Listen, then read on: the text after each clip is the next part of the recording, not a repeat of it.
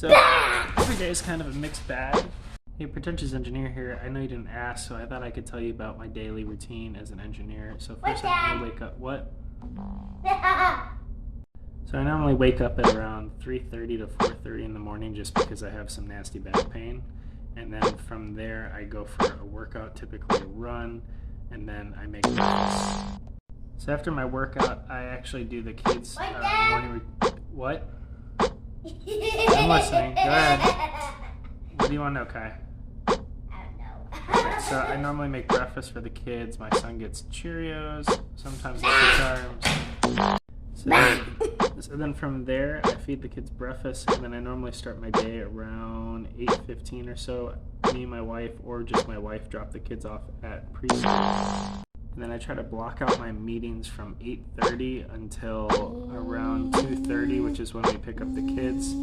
Around 2:30, I go for, well, I guess it depends. Sometimes I go for a run in the morning, sometimes I go in the evening. It depends on the day. And then I'll do dinner for the kids. I guess I didn't tell you much about my job, but I do a lot of Zoom meetings with different people working on robotics. So often I'll be having discussions around risks associated with systems.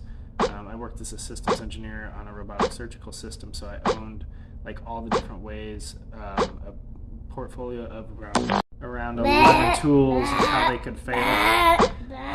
So I have different meetings discussing the clinical use of those instruments. And then we would determine if there are any requirements necessary in order to keep the system safe. So then I would have meetings with multiple partners in order to understand the best requirements to keep everybody safe. And then we would test those requirements and make sure that the system is capable.